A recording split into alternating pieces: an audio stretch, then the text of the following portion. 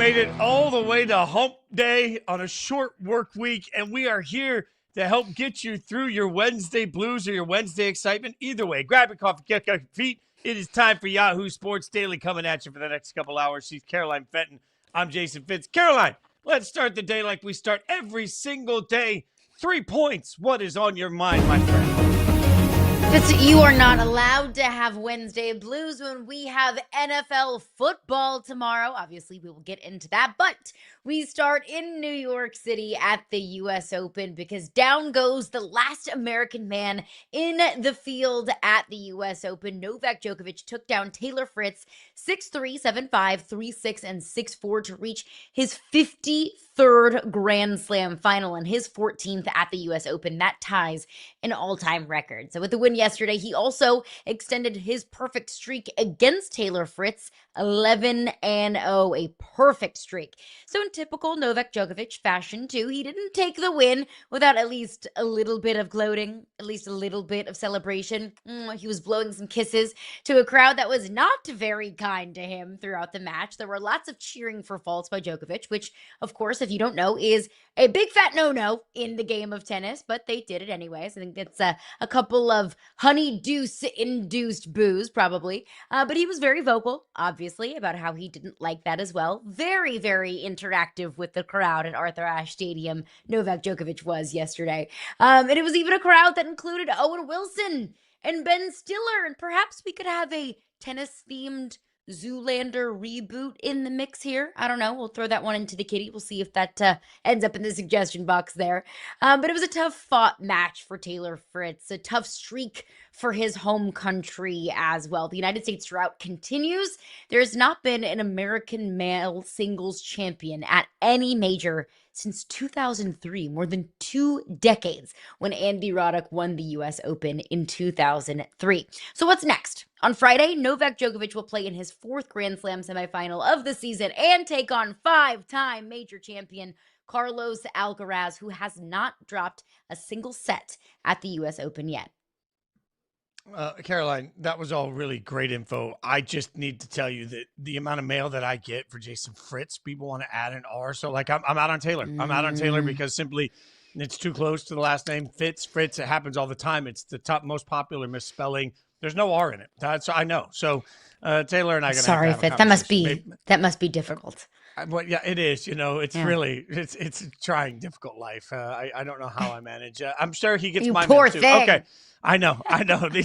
These are what we like to call first world problems. Let's get to the first point on my mind. You can't get back with your ex until you do, and then maybe this time it works out even better. Gabe Davis headed back to the Bills. Now, Bills fans obviously will rejoice at the memories of Gabe Davis. He was a 4th-round pick in 2020 out of UFC, 4 years in Buffalo, but we all know him for the 4-touchdown, 200-yard performance in the game. Sorry, Bills fans. I feel like it hurts your heart that I have to say this because that was a game that was 13 seconds away from being really amazing. He was the team captain in 2023, signed a big deal with the Jags, was supposed to be a major contributor to a new-look offense and just never was really able to get himself healthy or where he wants to be. So now he gets cut due to injury concerns. He comes back to the team. He will start on the practice squad. That is a surprise to nobody. But these are the sorts of moves that smart NFL teams make when they're coming into their season. There is very, very little risk for somebody that will walk into the building understanding the building, knowing the city, knowing the people, knowing the fans, knowing the play calling, knowing the quarterback. These are all elements that come together, and it's part of the reason that the veteran wide receiver market always heats up with 1 or 2 guys that end up being a difference maker here or there close to the start of the regular season. Look, I'm not going to sit here and tell you that Gabe Davis is suddenly going to be the single piece that gets the Bills over the Chiefs' hump. Life doesn't work that way. But this is a smart acquisition for a team that makes their wide receiver room just a little bit deeper, and they take very little risk in doing it. And from Gabe Davis and the Buffalo Bills, let's get to our main point today. You mentioned it at the top of the show, Caroline. Tomorrow is the day. Like, we are in our last 24 hours. This is the last 24 hours for all of us that love the NFL, where your team is still flawless. Like, nobody can tell you anything because you have decided that every preseason magazine was incorrect because every single one undersold the greatness of your team. We can now get into real predictions. We're going to put it on the record For the first time ever, Yahoo Sports Daily is going to give you NFL season predictions. Caroline, we ready for this? Because, like, if there's anything, I know the internet is kind and forgiving, and they understand that seasons never go the right way. And everybody understands that, you can change your mind in November based off of what you thought might happen in September. Everybody gets that, right? Everybody's cool, calm, and collected if we don't totally celebrate each and every player on their favorite team, right? Everyone's cool with that? Everyone's okay with us being maybe not 100% totally accurate? I have heard that Twitter is a place of reason and responsibility. So let's get right to it. And we'll start with some of our predictions. Let's go with Offensive Player of the Year, the OPOY. Who do you have for the OPOY, Caroline Fenton? I tried to go a little bit spicy here. I tried to think outside the box because I would rather be interesting than right, I guess, maybe. But I'm going to go with maybe a little bit of an outside the box pick here. And I'm going to go Bijan Robinson. I feel like it is the year of the running back. We are having a renaissance at this position. And I do think with Michael Penix Jr. coming in and taking over the starting job full time, they're going to want to bring him on slow. I don't believe that the right approach to bringing on young quarterbacks is just to throw them to the wolves and throw the ball 40 to 45 times a game. Sometimes you're going to have to throw the ball 40 times a game, but I do think that they're going to want to lean heavy on the run game, and what better person to do that with than one of the best running backs in the National Football League. So I'm going to take Bijan Robinson as the Offensive Player of the Year, and maybe, just maybe, Fitz, we're talking about the Atlanta Falcons as a surprise team to win the NFC South. Now, I'm not going to pick that, but I do think that Bijan Robinson can be the guy that could potentially carry, no pun intended, them to that conversation. Right position, wrong player. Here's the thing. I love your take on the Falcons, but every year when I'm forced to rewatch Charlie Brown's Thanksgiving specials and you see him run towards football, the football's moved and he never falls seen on it. his butt. I think, are you being serious now, or you're trolling me? I unfortunately am serious. I've never seen it. Okay. Well, I've heard great things. There's a very, very famous Charlie Brown runs up and then boom, she moves the football. I know and that he falls one. on his butt. One. That's a classic. And this is what, there's a couple things I don't understand. One, are you putting so much power behind the kick that it actually lifted your entire? Would kicking the ball have stopped you from falling on your butt, Charlie Brown? I don't think so. But number two, at some point, it's on you. If you continue to run up to the football and it moves, at some point, you're the idiot. I don't want to be the idiot when it comes to the Atlanta Falcons, because every year I run up to the football. It's like, the Falcons going to be really good this year. It's all going to come together. Boom. And I fall on my butt. Not going to do it. So, Offensive Player of the Year, though, I do like your running back tact. So, I don't know why I use that voice either, America. So, I'm going to go with thank you. I'm going to go with the running back that I would never use that voice around, and that is Derrick Henry. The King is going to get so much volume this year. I mean, just elite amounts of work. And what did we see last year? We saw him come in and seamlessly just be who Derrick Henry can be. But I think there were a lot of questions, right? Like, how's he going to fit in the offense? And what's it going to mean for Lamar? And how's he going to be utilized? What's the workload going to look like? All that stuff. And all Derrick Henry did was just get better and better and better throughout the course of the season. So, Offensive Player of the Year, give me the running back that's going to get just a wild amount of volume on a team that I think is going to have the best offense in the NFL. And that's why I'll take Derrick Henry. Plus, everybody loves Derrick Henry. And I do think that plays into the voters' mind sometimes. You're walking in from day one and you're like, I love this guy. So it gets spicier. I promise you it gets spicier. But let's get to the Defensive Player of the Year, the DPOY, as it will, Caroline Fenton. Who do you have as Defensive Player of the Year? I will say it is impossible to dislike Derrick Henry. He is the coolest person ever. I'll stay in Baltimore. And I will do something that does not happen very frequently. And I'm going to say that for the second year in a row, a defensive back wins Defensive Player of the Year. Of course, Pat Surtain in Denver won it last year. I'm going to say it's Kyle Hamilton. Fresh off of a new contract, I think it's pretty clear and it's pretty obvious that Kyle Hamilton is the best safety in the National Football League. And that's no disrespect to some of those other guys at the top of the league at that position. But Kyle Hamilton, just by the eye test, by PFF grades, by so many evaluations, and now by actual cash being spent on Kyle Hamilton, he is the number one safety in all of the land. And I think the Baltimore Ravens defense is going to be nasty. And I think to win some of these awards, obviously you have to play for one of the best teams in the league. You're not going to win Offensive Player of the Year for a team that's going to miss the playoffs. I think the Ravens are going to be one of the best, if not the best records in the NFL this upcoming season. So it doesn't happen very often, but I think we need to give our guys in the backfield a little bit more appreciation. So I'm going to say Kyle Hamilton wins Defensive Player of the Year. This is a spicy, bold take by you, and I love it. And thank you. Frankly, I think it would be incredible to see, Kyle win particularly. And I'm with you on the Ravens defense. I went with a different star in the same conference, same division. I went with TJ Watt. And I went with TJ Watt because I feel like all eyes are going to be on the Steelers defense this year. The only way, as we said yesterday, neither of us have great expectations for Pittsburgh this year. But I do have great expectations for the Steelers defense. And because we're going to be spending so much time talking about the problems on the offensive side of the ball that I think will exist, the conversation is going to become largely, oh my God, look at the weight the Steelers defense is carrying week in and week out. So every one of his sacks, because of the eyeballs on the Steelers this year, because of the circus show around whatever Aaron Rodgers is, like that just leads to more attention. And I think it's going to lead to even more, oh my God, I cannot believe the season he's having from TJ. So I really put it in the arms of one of the best sackers in the league. So I looked at it and thought, okay, well, I don't think Trey Hendrickson is going to put up the numbers he put up last year. I don't think the Browns will get as much benefit of the doubt as the Steelers. So that eliminates Myles Garrett. And I just don't think Max Crosby can get enough traction on our defense. It's going to be terrible. So now I'm looking at the sack leaders, and that just sort of by process of elimination led me to TJ as my defensive player of the year. So, all right, what about MVP, Caroline? We've given an offensive, defensive. What about the king of all the land? Who is your predicted NFL MVP this season? And I will say, by the way, I think Defensive Player of the Year was my hardest pick. There's no wrong answer here. If you want to go Micah Parsons, if you want to go Aiden Hutchinson, like all correct, as is TJ Watt. But for my MVP, I'm going to go Jaden Daniels. I mean, Jaden Daniels, even in his rookie season, had a whole lot of MVP buzz. And of course, it came down to Josh Allen and Lamar Jackson, very rightfully so. But Jaden Daniels was creating a strong case for himself last year. And I think MVP, it really depends on what your philosophy is. I view it as if you take this player away from their team, they are a wildly different football team. You can say it's the best player on the best team or the quarterback on the best team. I view it as most valuable player to their respective franchise. And Jaden Daniels is absolutely that. There are several players, I think Lamar Jackson in that conversation, 100% you can say is the most important player to his respective organization.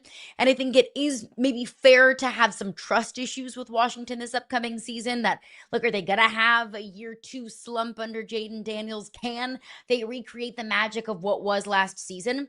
But I think that in the football vibe index, Washington is right up there at the top with the rest of the National Football League. Terry McLaurin comes in with a brand new contract. He is Jaden Daniels' favorite target. So I think, and look, they still have a guy whose name rhymes with Schlingsbury there calling the plays in Washington. He, I think, was a massive part of Jaden Daniels' success year 1. So he comes back in year 2, that much more familiar with the expectations as a quarterback in the National Football League, that much more chemistry with Terry McLaurin and the rest of his playmakers, that much more of a rapport with this team and with this coaching staff. So I think Jaden Daniels can come back and put an exclamation point on the career that he's already started and the reputation that he built for himself in his first season, and just continue that in year 2. I love that pick also because I've always believed that MVP is a process you sort of work towards. And by that, I mean, I think you've got to get to a certain spot in the minds of voters to even be on their minds at the beginning of a season. It's rare for an MVP. Coach of the year feels like it's usually a team that stinks that suddenly doesn't stink. MVP is more this guy, we thought he'd be good. Turned out he was great. Team was great. A lot of things have to come together. Jaden played so well last year and had Washington playing so far above its skis that it's a really solid pick by you. I went less boring here in some ways until you stack all of my picks together, because I'll take Lamar Jackson. Your pick is boring? No. I meant for me. I've been boring. I've been boring. You have been daring. My friend. You might be right, though. I'm taking Lamar. And look, you could have made an argument that Lamar should have won it last year. In fact, we've had that argument with NFL MVP voters. So, frankly, I think it's on the minds again when you start the season that, last year it was right there between Josh and Lamar, and it was what flavor of ice cream do you prefer? So you already start with this, could have been the MVP last year. He's already won the MVP twice.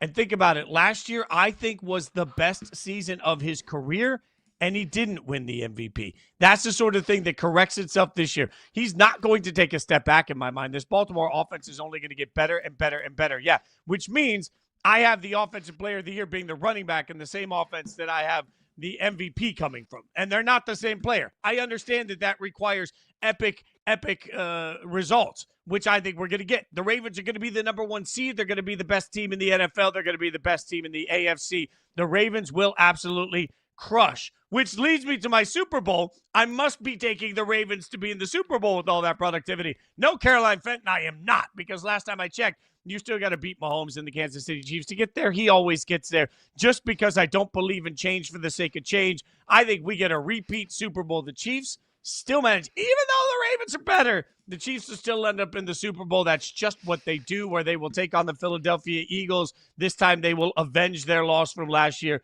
Mahomes gets the win over Philly. I am a boring human being. Yeah, you're a boring human being, but you might be a correct human being. Like that's such a safe bet that if somebody said, Caroline, you have to today, $1 million is on the line, you have to pick who you think the two teams most likely to get to the Super Bowl are, Eagles Chiefs are the safest pick. I mean, it is one of the most stacked rosters in the National Football League, and a guy who is inevitable in Patrick Mahomes and the Kansas City Chiefs. It all just feels like it could come together so perfectly. But I'm just going to continue my bold and daring and spicy picks.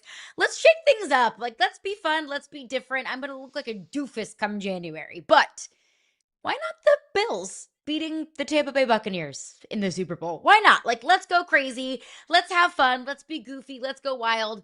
And let's do something different this year in the National Football League. I think the Bills, there's something about getting to the Super Bowl is you kind of have to constantly be knocking at the door to finally break through. And the Bills are the poster child for constantly knocking on the door and never being able to break through. And why can't this year be the year? Coming off of an MVP campaign season for Josh Allen, I can trust Josh Allen in the playoffs just not to beat Patrick Mahomes and the Chiefs, but why can't they break through? Why not this year?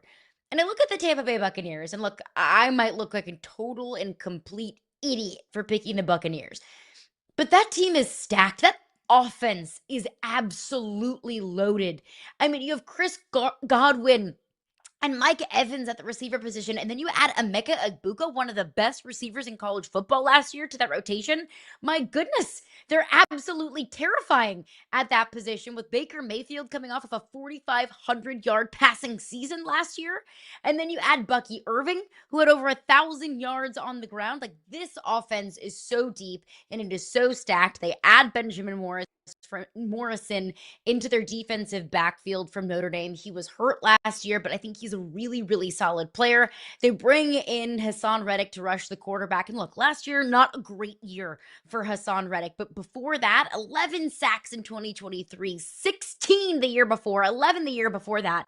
So if Hassan Reddick can be 75% of what he was when he had 4 consecutive double-digit sack seasons, then that's exactly what this Buccaneers defense has been missing. So I think things come together for the Bucs. They have a defense that can at least not be, a liability, and they have an offense that can be incredibly explosive, and the Bills finally break through. Why not? It's a Cinderella season. I love it. Sure. If the football gods want to give us what we want, we all kind of want, maybe the Bills and the Lions together in the Super Bowl. Oh, just give it to us, football gods. All right, we'll continue giving you more season previews as the show goes on, but we've got college football to react to. Who should be number one? We'll figure it out next with the great Andy Staples on Yahoo Sports Daily.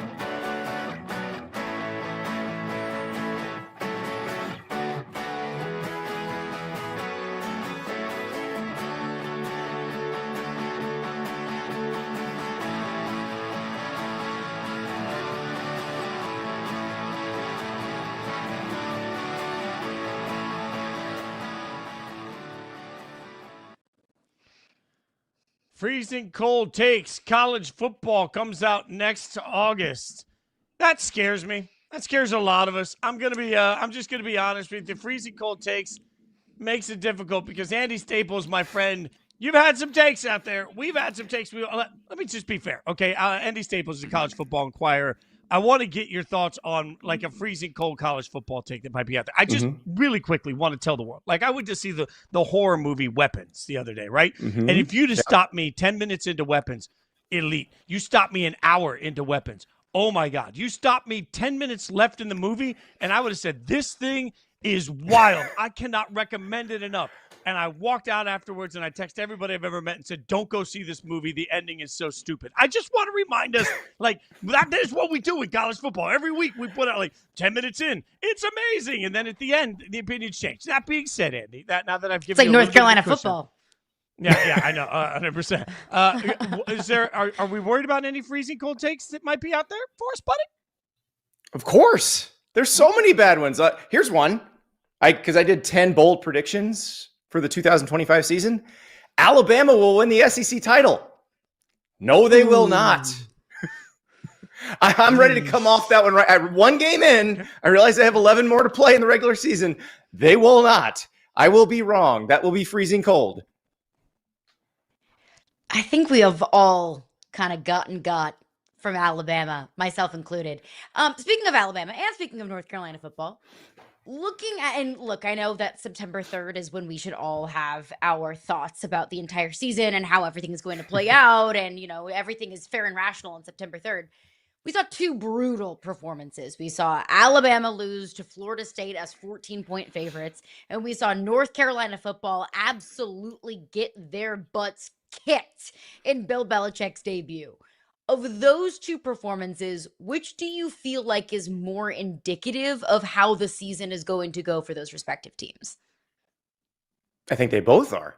They're two very different things because Alabama's performance is with a bunch of guys who are going to play in the NFL. Like Alabama is loaded from a talent perspective, top 5 roster.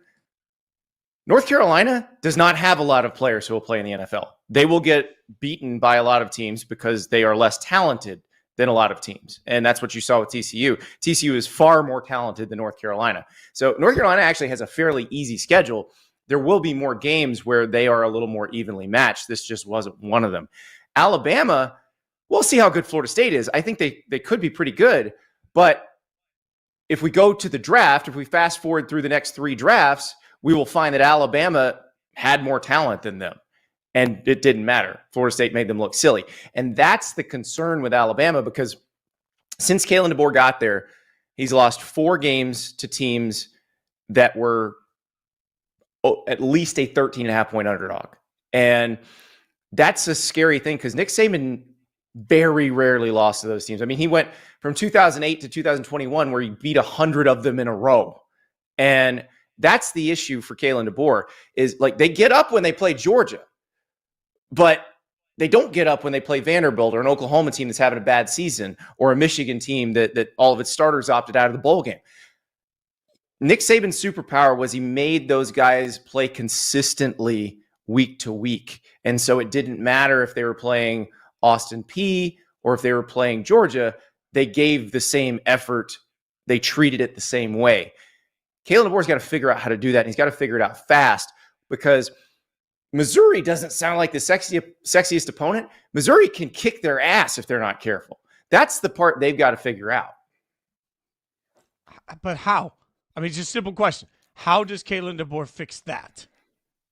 Well, maybe go down the hallway to the guy who still has an office there and say, how'd you do this? How did you make them feel the same way about every game? And the answer is easy because Saban's talked about it a million times.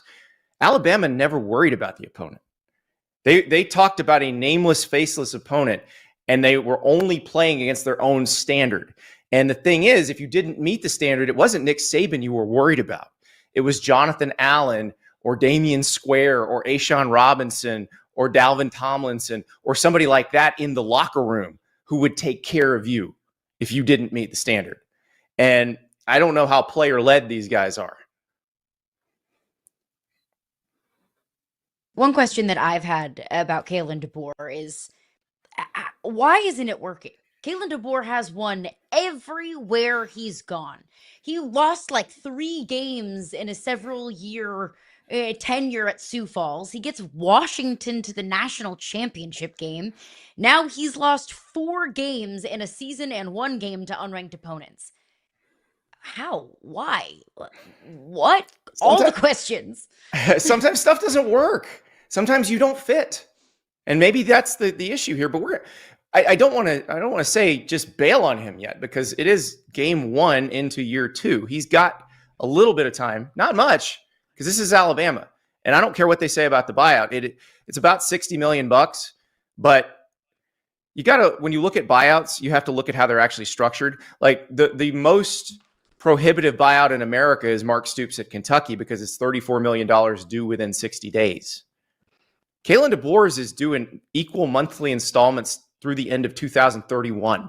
It's a budget line if they wanted to do something.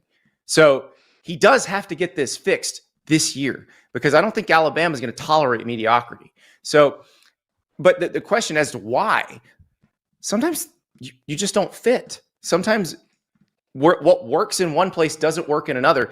And it's not about you have to be from the South, or you have to have played at Alabama or anything like that. I'll give you an example. Urban Meyer grew up in Ohio. He coached at Notre Dame and Bowling Green and Utah. He comes to Florida and he wins national titles because of the way he coached, because of the edge he coached with, and the players there responded to it. That's the sort of thing players in the South respond to. They want to be challenged and coached hard. That is how they grow up. That is how their Pop Warner coaches coach them. That is how their high school coaches coach them. They want that. That's not necessarily Kalen DeBoer's style.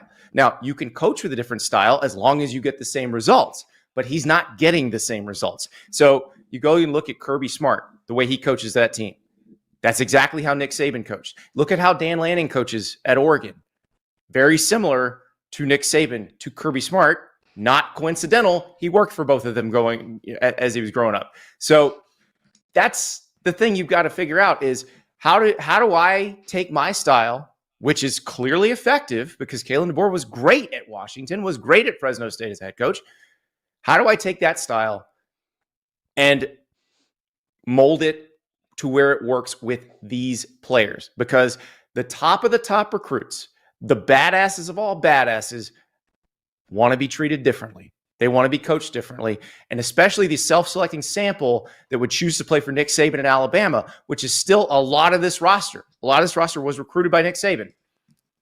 They want to be challenged every second of every day. And if they're not, you may see a lapse.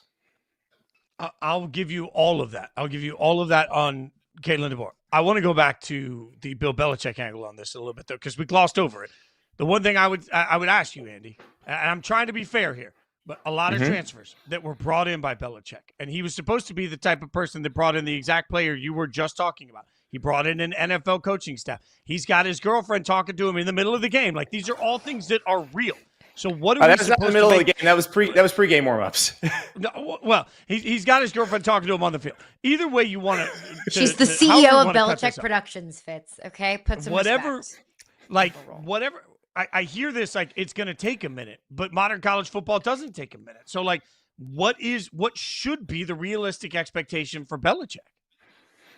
That they're going to be bad this year because they did a bad job evaluating and they did a bad job in the transfer portal. Jordan Dwyer, isn't that his? It doesn't he bear some of that? The statement you just made, wouldn't that be at least in part on Belichick? It's all on Belichick. He's the CEO. I'm not absolving him. I'm saying he did a terrible job, and he knew it. Like, watch him after that first touchdown, after North Carolina marches down the field, where he knew there was no film on North Carolina. He knew that the TCUs was just going to come out in base and figure out what they were doing. So they go score. Camera cuts to him. He's just sitting there stoic. And he knows. He knows what's going to happen. He has seen TCU on film. He has seen his own team at practice. He knows they're going to get routed. They did a terrible job. And I will tell you, there's a lot of schadenfreude going around the college football world right now because people who work in college football were a little bit perturbed that the Bill Belichick crew thought they were so smart that they could come in and all of a sudden out-evaluate, out-portal all these people. I'll give you an example. Jordan Dwyer, the receiver who dominated North Carolina for TCU, 9 catches, I think he had 137 yards and a touchdown. He played for Idaho last year. He was in the portal when Belichick got the North Carolina job. They could have gone and gotten him, but they didn't.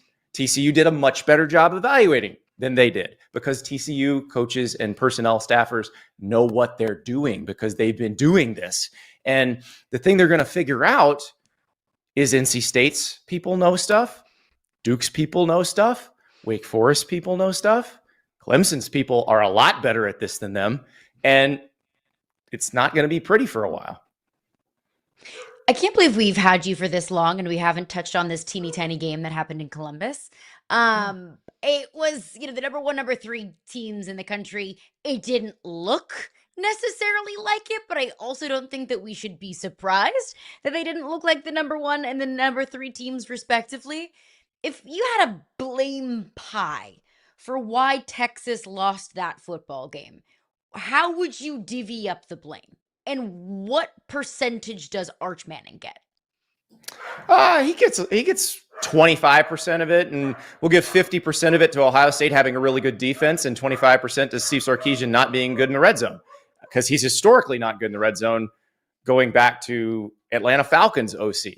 You look at his history, he's great at getting to the red zone, not great at scoring once he gets into the red zone. So that's his one Achilles heel. And if he ever fixes that, then they're unstoppable. But that tush push they tried in the red zone, it looked like the whole team didn't know the snap count.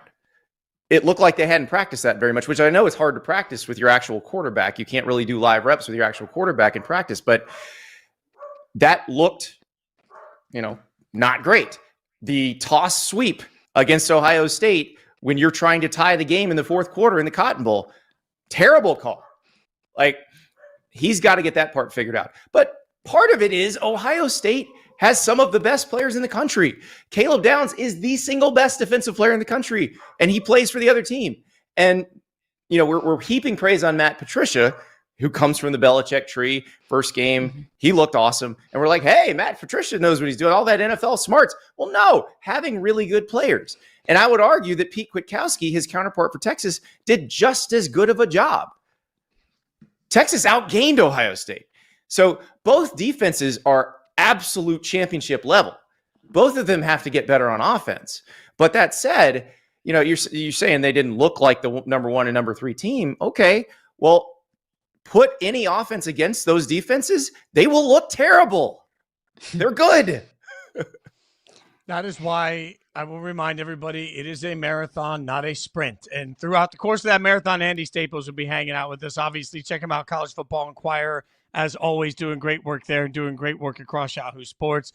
Man, thanks for the time early this morning. We're just going to keep having you back. And then each week that we talked, every time we talk to you, we'll try and find another freezing cold take because that just seems like that's fun for everybody. It's the worst. It would be so easy, Jason, because there are so many. I say so much into a microphone every week, or I type so much onto the internet every week that there will be something stupid, as my wife will tell you, at least once an hour. That amen, my friend. Amen. Thank you for hanging out with us this morning. We appreciate you. Thanks, Thank you, Andy. All right. So from the conversation to the rankings, what's real on the AP poll and what isn't? We'll figure it out next on Yahoo Sports Daily.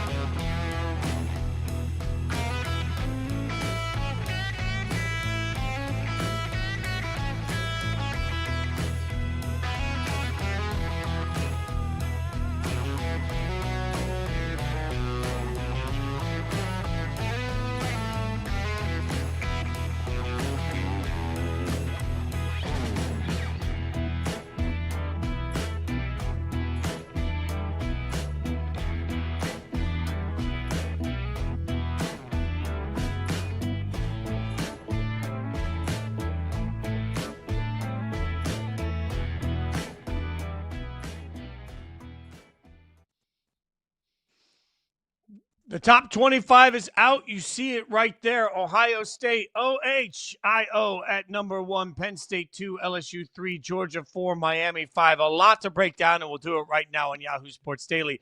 She's Caroline Fenton. I'm Jason Fitz. And, look, I will say loudly, I will say proudly, and I will say it to every voter I possibly can. These current polls are about as meaningful as toilet paper. And I just want to remind the world of that, Caroline, because what we see today will not matter in 3 months. So, but this is part of the process. At least what we are learning is how the voting mind feels about some of these teams in the college football playoff. And I do think that there was a little bit of a question here because, look, I mean, Ohio State, they go to number 1. They get the win over Texas. Are we good with that? Is Ohio State the number 1 team in the country in your mind? They are. They deserve to be the number 1 team in the country. When you beat the number 1 team in the country and you are 1-0, you get to be the number 1 team in the country. And look, there are probably moments where Ohio State's offense didn't look like the number 1 team in the country, but I think we all should have expected that, right? Julian Sayin was making his very first college football start against that Texas defense that has the ability to be a top 10, top 20 unit in all of college football. So yes, I would say Ohio State very much so deserves to be the number 1 team in the country. So I'm going to be consistent here to what I said going in. I never believed Texas should have been the number 1 team in the country going into this because of the lack of proof of concept at the quarterback position. That's a big part of why I think they lost this game. They had a wildly inaccurate quarterback, and I didn't love a lot of the game plan. They had a coach that was wildly conservative with that inaccurate quarterback. So Ohio State gets a huge win. I wouldn't put him at number 1, frankly, because I don't think Texas should have been number 1 in the country. Look, Penn State, if I had Penn State at number 2, I would jack them up to number 1. I honestly believe as we sit today, not just because of the helmet sitting behind your shoulder, I believe the LSU win over Clemson was more impressive than the Ohio State win over Texas. And it's simply because of continuity coming into the season. Like, we understood exactly. LSU knew who LSU was coming into that game. Clemson knew who Clemson was. There were very few question marks. If you're looking at it from a coaching staff, if you're looking at it from players and their ability to execute, they had film. They had a ton of film on each other, and then it comes out to who can execute against known entities the most. Early in a college football season, I personally put a ton of weight into that. That's why I thought Clemson and LSU were both underranked, as we talked about going into the season. It's why I thought teams with new quarterbacks should all have a little bit of hesitation. Ohio State had a great win, and over the course of the year, certainly they're going to prove to be one of the top 2 or 3 teams in the country. I would be shocked if they aren't. But as we sit right now, the known entity of LSU beat the known entity of Clemson. And that, to me, is far more impressive than guys just trying to guess a little bit at what the quarterback play is going to look like and feeling things out in the first game the way Texas and Ohio State did. So I would put Penn State at number 1. I would put LSU at number 2. I would put Ohio State at number 3. In a week where we had top 10, top 15 teams playing each other, you don't get to be rewarded as the number 1 team in the country when you play Nevada. Like, I am somebody that very much so believes in playing these really highly matched, not out of conference Power 4 games, like especially week 1. And when you have half the college football world playing cupcakes and then half the college football world playing games that are going to be on their resume come December, you don't get to be rewarded. So I think Penn State is right to still be number 2. They were number 2 going into the season. They took care of business. They won the game. They did what they were supposed to do against Nevada. You don't get to be rewarded for that. So I think Ohio State, rightfully so, is being rewarded for playing the number 1 team in the country in Texas. But I will say, I don't believe the AP poll should be a reward. I think the AP poll is supposed to be an observation. So, like, to me, to your point, look, if I'm playing, what it is, though. But if I'm playing pickup basketball and we're all picking our teams and Shaq is standing over on the side at prime, Shaq in his prime is standing over on the side, and he just comes out and he wallops me. Okay, well, maybe you don't give him any street cred for that, but he's still Shaq. Like, you still understood that at some point we understood who Penn State was when the season started. We understand who Penn State likely is right now. No, they didn't show anything. They weren't required to show anything, and the scheduling sucks. I can agree with that. But if my eyes told me coming into it that I thought Penn State, and again, this all is predicated on I did not value Texas as number 1 to come into this whole thing. So if I'm only going to value as the top teams, the teams with quarterback continuity, that means I likely would have had Penn State at number 1 going into the week. So just because they beat up on a team that was bad doesn't mean I changed my opinion simply because of something else that happened. Yes, they need to be tested, but I think it's more about confirming observation than it is about rewarding somebody for a big win. I hear you. But I do think in a world where scheduling is not standardized, you do have to put certain weight in certain games. And I'm with you that, Texas at number 1 didn't feel right. I didn't know who would really feel right at number 1 because there were so many teams in the top 10 that were replacing starting quarterbacks, 7 teams in the top 10 replacing starting quarterbacks. I am with you that if I had to put any team at number 1 going into the season, it would have been Penn State, but I think they got it right with Ohio State 1, Penn State 2. And look, you bring up LSU and look, ignore the helmet behind me. I am trying to be the most objective person as I possibly can here. Go Tigers. If there's anyone that was, go Tigers. Look, we talk about reward. Is that the right way that ranking should be? So on and so forth. We can have that debate all day long, and we'll have it every single college football season.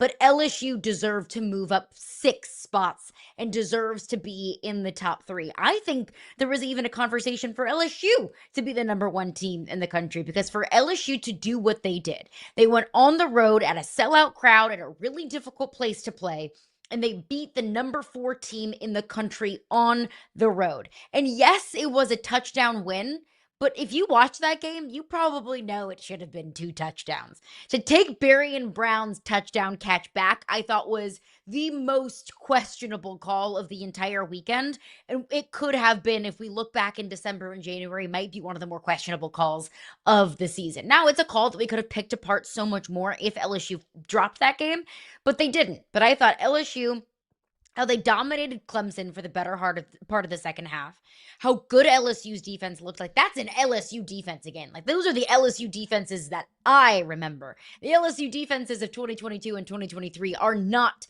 what this franchise of LSU is built on. I thought Garrett Nussmeier looked much more confident, much more poised, made much bigger throws than Cade Klubnik did. And I think that we'll compare those 2 quarterbacks for the better part of this season, rightfully so. We did on Saturday night. So I thought if anybody deserved to move up as drastically as they did, LSU deserves to be in that conversation.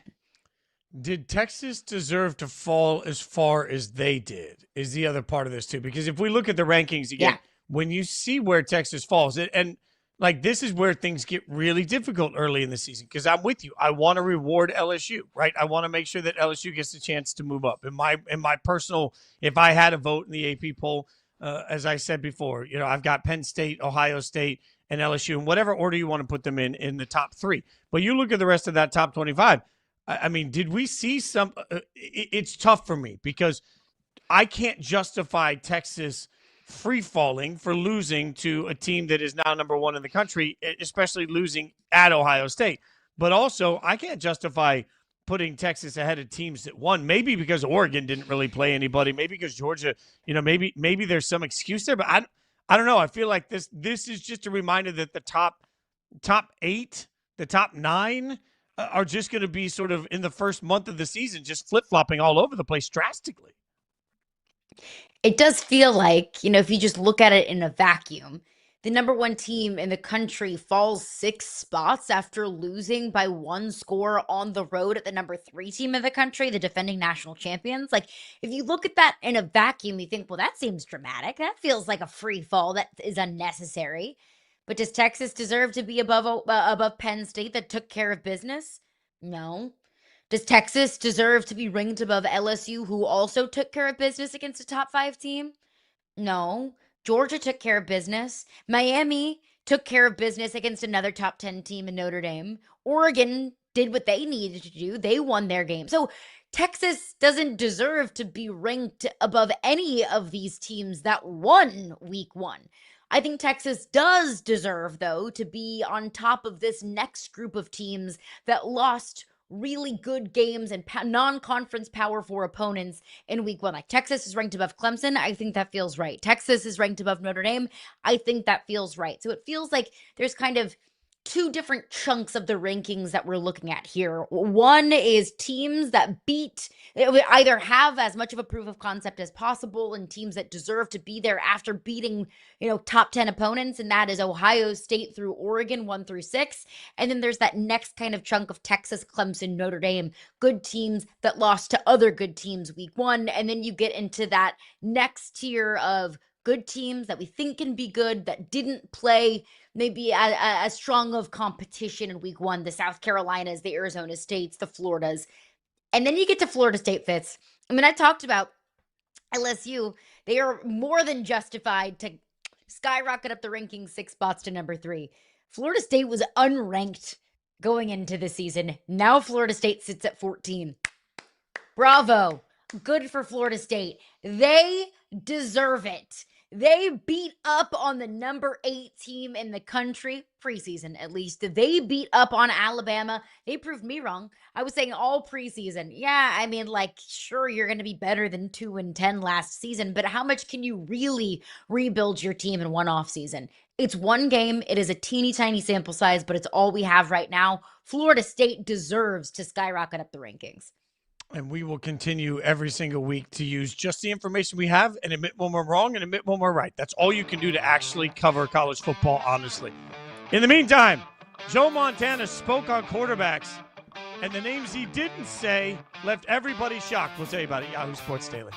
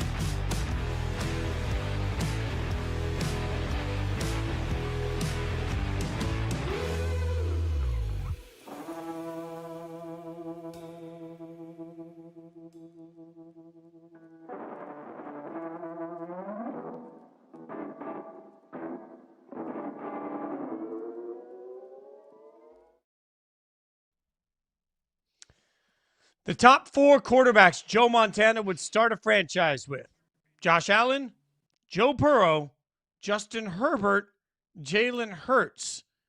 That list, directly from Joe Montana on ESPN yesterday, leaves off a couple of names. It's Yahoo Sports Daily. She's Caroline Fenton. I'm Jason Fitz. Caroline, I walk cautiously here because Joe Montana is a legend, and Joe Montana has obviously accomplished so much and means so much to the history of the NFL. In fact, if you're my age, you grew up watching Joe Montana, wishing your team had him as a quarterback.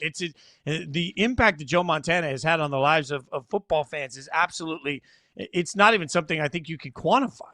But to have a list of the top 4 quarterbacks that you would start an NFL franchise with and not have a 2-time MVP in Lamar Jackson, or I don't know, the best quarterback currently in the league, Patrick Mahomes, it's shocking to me. Look, if there was an election for the commissioner of football and it was me versus Joe Montana, I think that's a unanimous win for Joe Montana. So I will acknowledge that Joe Montana has more knowledge of quarterbacking in his pinky than I will ever have in my entire body in my entire lifetime. But it does feel like there are two glaring omissions from that list. So, and I think that we do this a lot, right? We see one list or one quote that's kind of taken out of context and we don't get an explanation about it. So I would like to know, if we dug a little bit deeper, what is the explanation for leaving off Patrick Mahomes, Lamar Jackson? Because I view it like if I am building a brand new franchise, I want quarterbacks that are do-it-all kind of guys that have proven to be, plug and play kind of players. You put this quarterback on one team, all of a sudden they're a Super Bowl contender. You take them away and they're not. Look, I think Josh Allen is that kind of quarterback. I think Joe Burrow is that kind of quarterback. I mean, Joe Burrow is the kind of quarterback that basically did restart a franchise. The Bengals were miserable, and then in year 2, they're in the Super Bowl.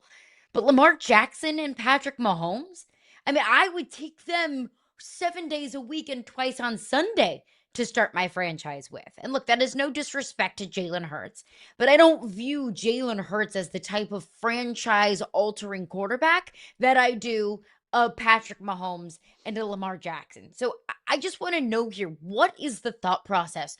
Why those 4 guys, and why not Patrick Mahomes and Lamar Jackson? Why would you not want to start a franchise with those guys, Fitz? Because it feels so obvious that those two would need to be included in this conversation. And like Justin Herbert, like no disrespect to Justin Herbert. I know there have been a lot of things with the Chargers that have been working against Justin Herbert, but Justin Herbert to start a franchise with?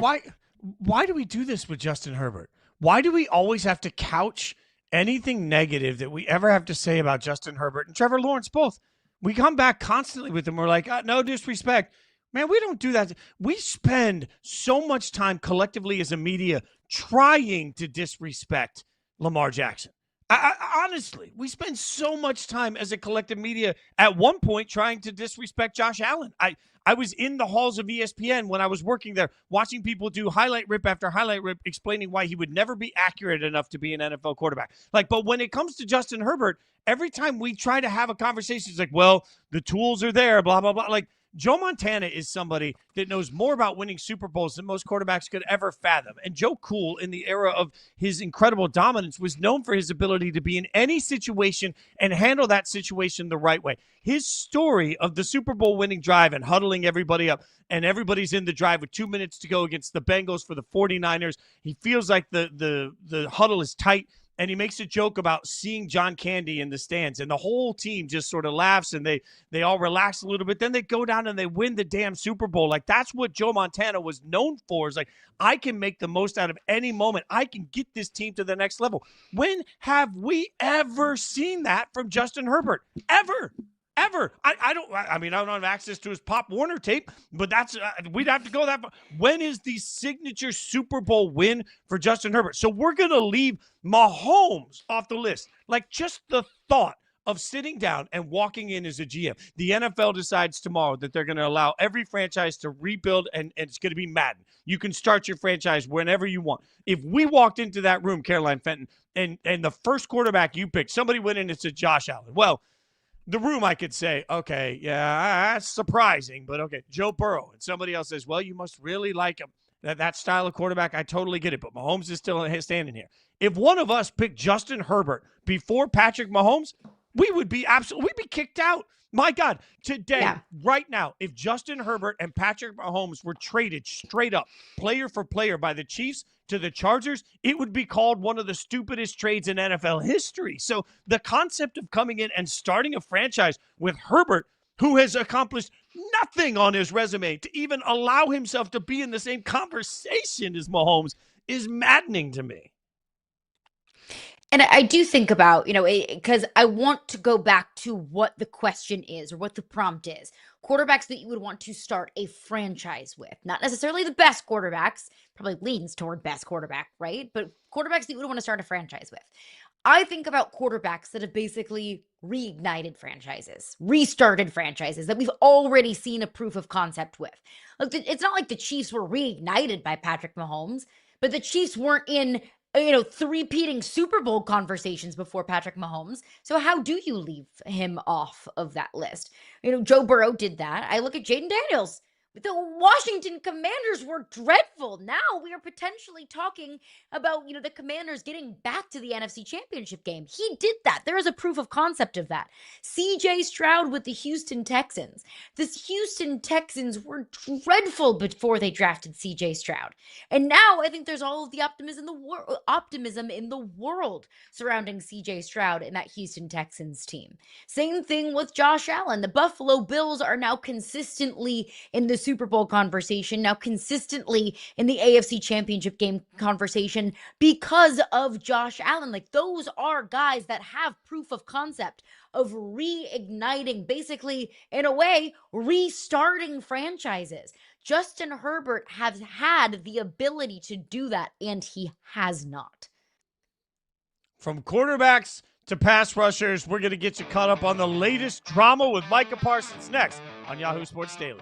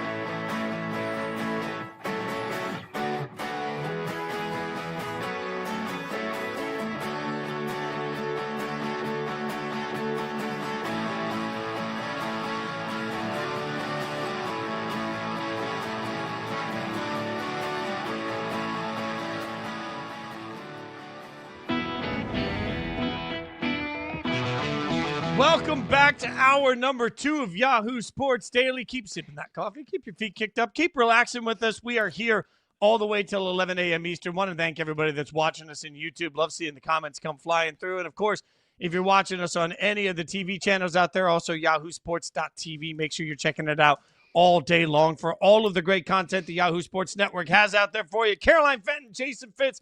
Let's start the hour like we start every hour, my friend. 3 points. What is on your mind? Yes, absolutely. I know the NFL season starts tomorrow, but baseball is fun. Tell your friends that. And not only did Shohei Ohtani hit his 100th home run as a Dodger yesterday, he becomes the quickest Dodger in history to hit that mark in only 294 games. It also happened to be the second hardest hit home run in Major League Baseball this season at 120 miles an hour. I know Shohei Ohtani continues to do things that have never been done before, and I know Shohei Ohtani continues to just be an absolute marvel in this sport, but above all else, we are a pro big dumper program here on Yahoo Sports Daily, and he just continues to rewrite the history books. The big dumper hit his 51st dinger. He leads the league, of course, and he also becomes the first primary catcher to reach 51 home runs in a season, and now he's only 5 home runs away from matching Ken Griffey Jr.'s single-season home run record in Seattle. Ken Griffey Jr.'s single-season home run record at 56. But the big dumper, he's got more than 20 games left this season. So if he continues this trajectory, this trend, of hitting 9, 10, 11, 12 home runs in a single month, then the big dumper will now be, could be, atop the history books, not only in Seattle, but all time in Major League Baseball history. I will continue to say it. I've said it before. I will say it again. We don't talk about Cal Raleigh enough. Because if there's one thing that I know about sports fans, it's that sports fans love to watch history, love to watch great people doing great things. It's why we love LeBron James. It's why we love Caitlin Clark. It's why we love Patrick Mahomes. It's why we love greatness. That's exactly what we are experiencing with Cal Raleigh this season. Greatness. We're going to have to do something about this whole big dumper thing on this show. Like, it's just, and no, by the way. You're going to have to deal with it. Like, okay. I would love to make you feel more comfortable and accommodate for you, but I'm not going to. I mean, we're not going to change it. It is what it is. He is the big dumper. Big dumper. Okay. It's huge. Can we name our baseball segment on the show Dumpers and Dingers, though? Dumpers and Dingers sounds like that's a great. And look, as a always lifelong be marketing, diehard, Fitzy. Thank you so much. As somebody get that sold. As a lifelong diehard Dodgers fan, like I've been a Dodgers fan since, I don't know, last October. I feel like Shohei didn't get enough. Yeah, I was about to say, I did not know that about you. Yeah, no, like last year during the World Series, I was like, I'm going to adopt a baseball team. Might as well be the Dodgers. And it was delightful. That's convenient. For me. So, yeah, thank you so much. So, like, as a lifelong diehard Shohei fan, I feel like there's way too much dumping going on and not enough Shohei go on. So, there we go. We're going to work on Dumpers and Dingers. We'll get that sold by somebody, and then I'll be stuck with it forever. I'll get to my first point that I'll presented by a wipe company. Yeah, Dude Wipes. Hit us up, Dude Wipes, Dumpers and Dingers. I'm out here making magic happen. Okay, I can't change the subject fast enough, but apparently I will. I'll get to my first point, and that is a little bit more drama in the Micah Parsons drama bucket, right? And it comes in the form of hearing from his agent. Now, everybody yesterday was talking about this as Micah Parsons' agent, David Mulgeta, went on First Take to talk about Parsons. And it's interesting if you look at some of the quotes here. Understand his agent. His talking piece, the person that helps him get paid, was on a huge TV show to talk about his client. So am I surprised when he said Micah wanted to be a Cowboy? What else was he going to say? Micah never wanted to be there? Who does that help? That doesn't make Micah look good in this process. Micah wanted to be a Cowboy. Check mark. Micah's an angel. Okay, Micah would have played on Thursday Night Football. Well, golly, that's awful convenient too. Check mark. Put it in the Micah's an angel category. It's amazing. 2 for 2. His agent speaking for him, and everything would have worked out absolutely incredible. And, of course, his agent made it clear he's never told anybody to stick anything up there you-know-what. So his agent made it clear. Now, I don't know if you guys have ever heard this, but it's if you've ever been in a relationship, you probably at some point in your life heard it's not what you say, it's how you say it. So maybe he didn't say exactly those words, but Jerry kind of took it that way. And now you got Parsons. I would never leave the best agent in the world. It's that simple. Thank you for all you've done for my family.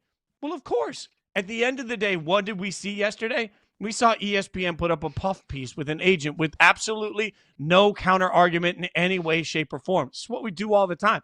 If we really wanted to know the truth, if you wanted something interesting, the only way we would ever get the truth, remembering that most stories have 3 sides, his side, and the truth in this situation, if ESPN would have used their power and their clout to put Mulgeta up on the set at the same time as, I don't know, Jerry Jones, then we would have gotten something. But at the end of the day, when you've got an agent coming out saying he wanted to be a Cowboy, he was willing to play on Thursday Night Football. Well, golly, I've never told anybody anything as offensive as stick it up your rear end. No, gosh, no.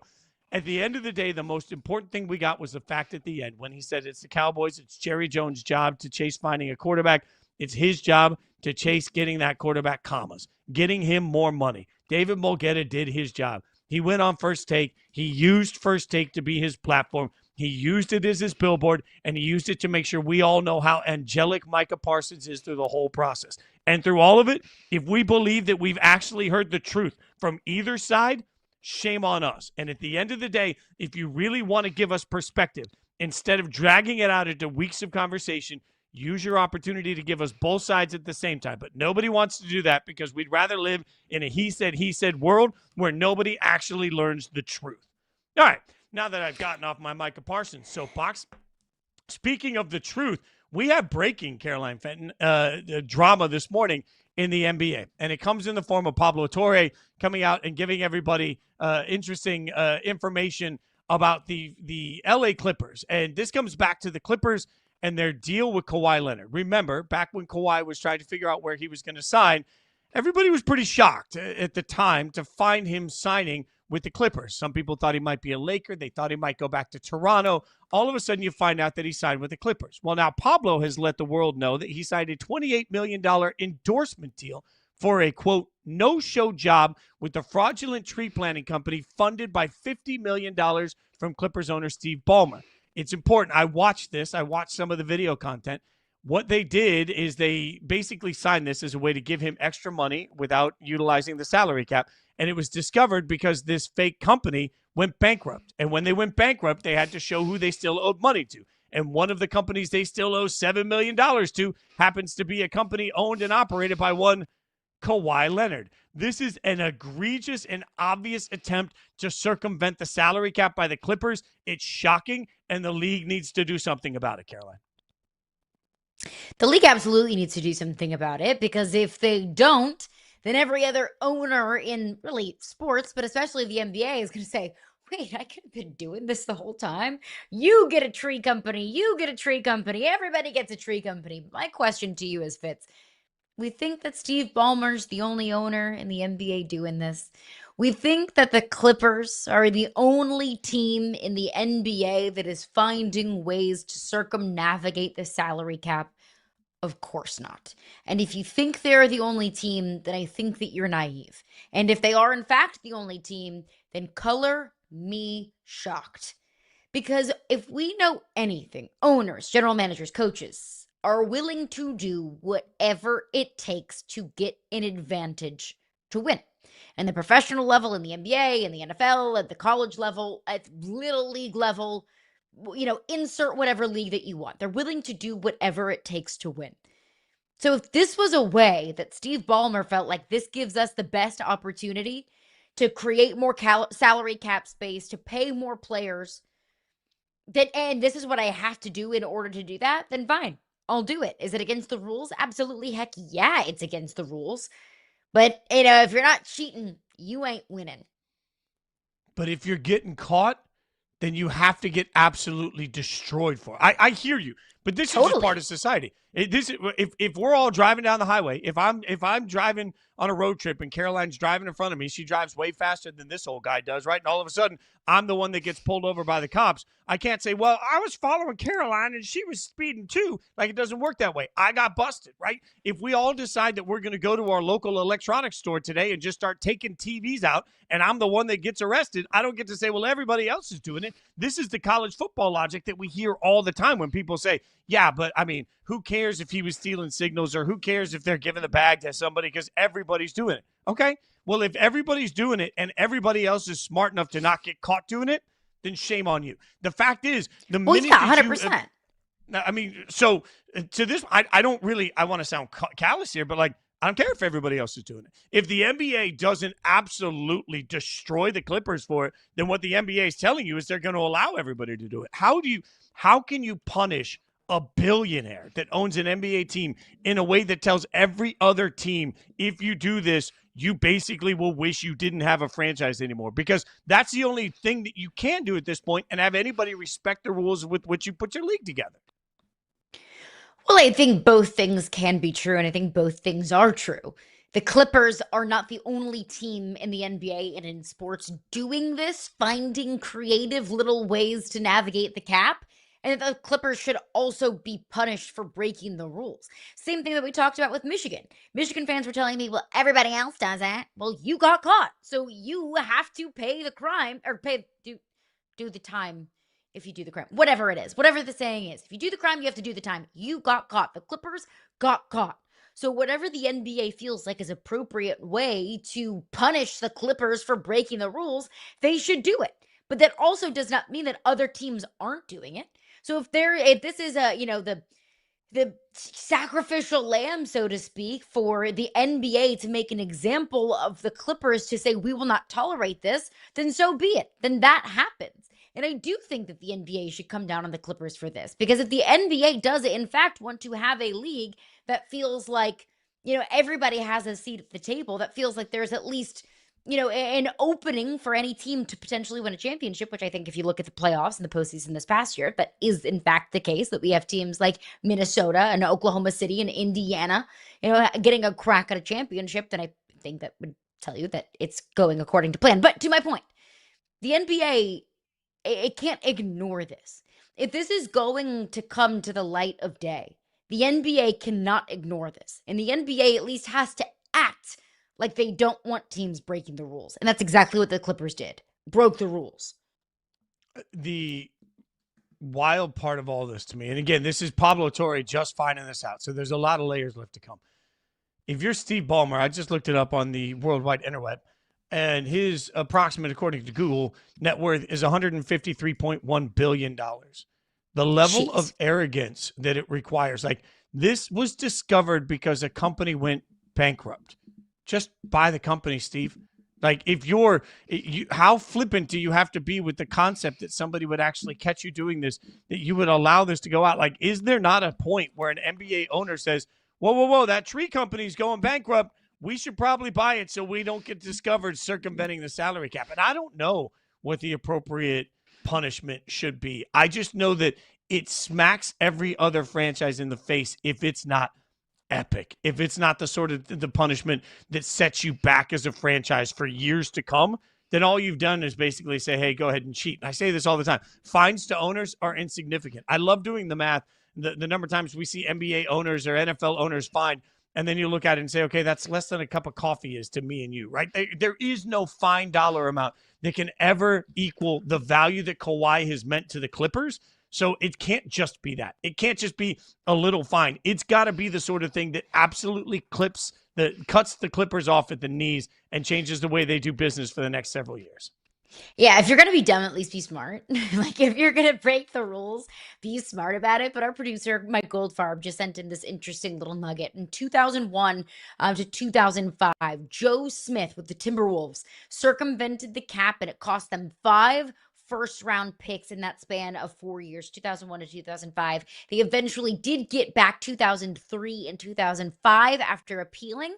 Now, I do think that leagues are very smart and that they don't want anything to be black or white. They want everything to be gray. Very rarely do leagues want to set precedent, but there at least is some precedent from the early 2000s when the Timberwolves wanted to circumvent the cap. 5 first-round picks. Yeah, and that to me would be a nice start for what I think should happen to the Clippers if they did this. And it raises that great question. Was it all worth it? I mean, all of the hype, all of the years we've been talking about, all the money they spent, the conversations that everybody had the day he signed with the Clippers about what it mean the Clippers were taking over LA and what would it mean for the future of the franchise. And now we sit here several years later and we're like, oh, well, what do you know?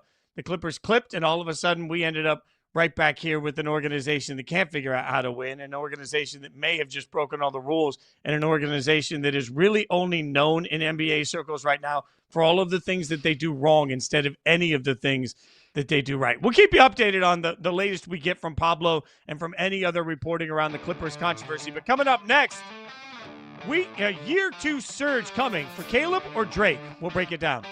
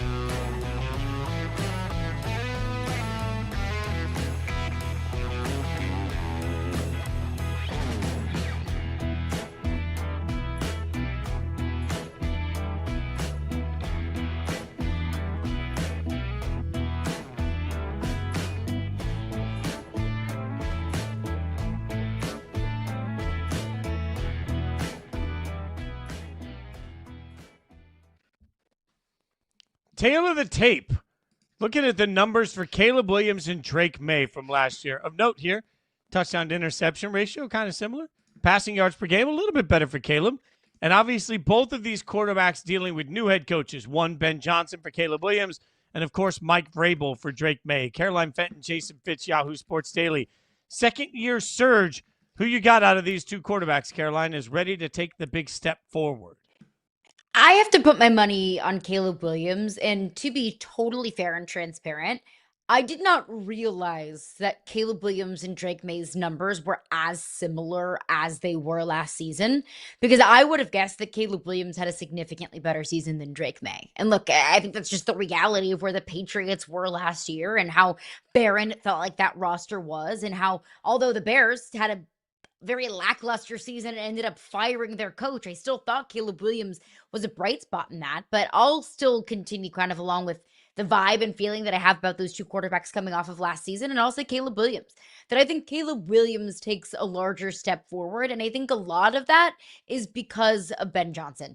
Having an offensive head coach versus a defensive head coach for Drake Maye and Mike Vrabel. And I think that Caleb Williams has better pieces around him. I think the talent around Caleb Williams is better than it is in New England. I view New England's roster as probably in year 2 of maybe a 3, 4, or 5 year overhaul. That doesn't mean a complete rebuild over 5 years.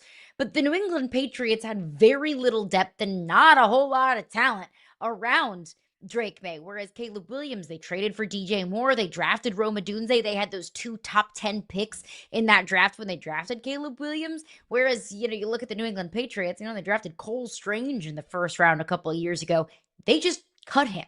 So I think that New England's roster is in a different position. I like Caleb Williams pairing with Ben Johnson. Of course, we'll see what Ben Johnson is like as a head coach. Not all offensive guru, offensive coordinators end up being elite head coaches, but I think Ben Johnson is just such a smart offensive mind. It's the perfect pairing with Caleb Williams. And then I look at Mike Vrabel as a head coach. He's never been able to draft and develop a young quarterback. Ryan Tannehill was his best quarterback, and they traded for Ryan Tannehill after his career in Miami kind of started to go wayward. The Titans under Mike Vrabel, they drafted Malik Willis. They weren't able to really do anything with Malik Willis. Will Levis was the first pick of or maybe the second pick of the second round under Mike Vrabel. I don't think Will Levis has a very long NFL career ahead of him. So if Mike Vrabel was able to develop a young quarterback in Drake Maye, that would be the first time in his career. So I'm going to go Caleb Williams with a big step forward this year. I do like Drake getting the opportunity to work with Josh McDaniels as an offensive coordinator. I think that can help Drake, and there is more talent around him. So I think there's an opportunity for Drake to move forward. I get a little nervous about splitting the responsibility in Chicago. And let's use that as a little bit of a conversation to get into the NFC North, because it's really easy right now to love the Bears because we all love Ben Johnson as the highest touted hiring of the last coaching cycle in the NFL.